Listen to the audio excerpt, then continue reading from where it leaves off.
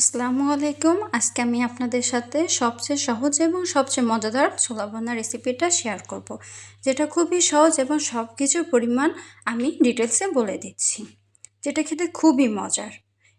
একবার হলেও বাসায় ট্রাই করে দেখবেন। এবার চুলায় আমরা ফ্রাই প্যান বসিয়ে দিব। এবার একটু তেল দিয়ে দেব। তেল দেওয়ার পর এখানে এর মধ্যে পেঁয়াজ কুচি দিয়ে দিচ্ছি।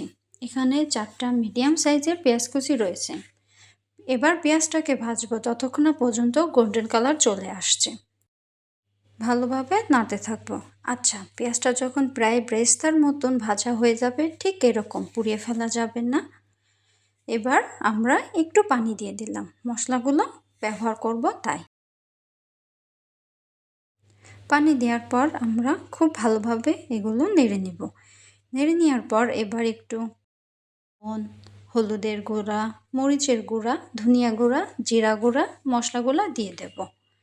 আপনাদের পরিমাণ অনুযায়ী দিয়ে দিবেন। দিয়ে দিয়েছি জিরা গুঁড়া আর হলো গরম মশলার গুঁড়া। এগুলো ভালোভাবে নেড়ে নেওয়ার পর এখানে টমেটো কুচি দিয়ে দেবো। টমেটো কুচি দেওয়ার পর আমি আগে থেকে ছোলাগুলো সিদ্ধ করে নিয়ে রেখে দিয়েছিলাম। এবার এখানে সুন্দরভাবে নাড়াচাড়া করার পর ছোলাগুলো দিয়ে দেব। ছোলাগুলো দিয়ে ভালোভাবে এগুলো নাড়তে হবে।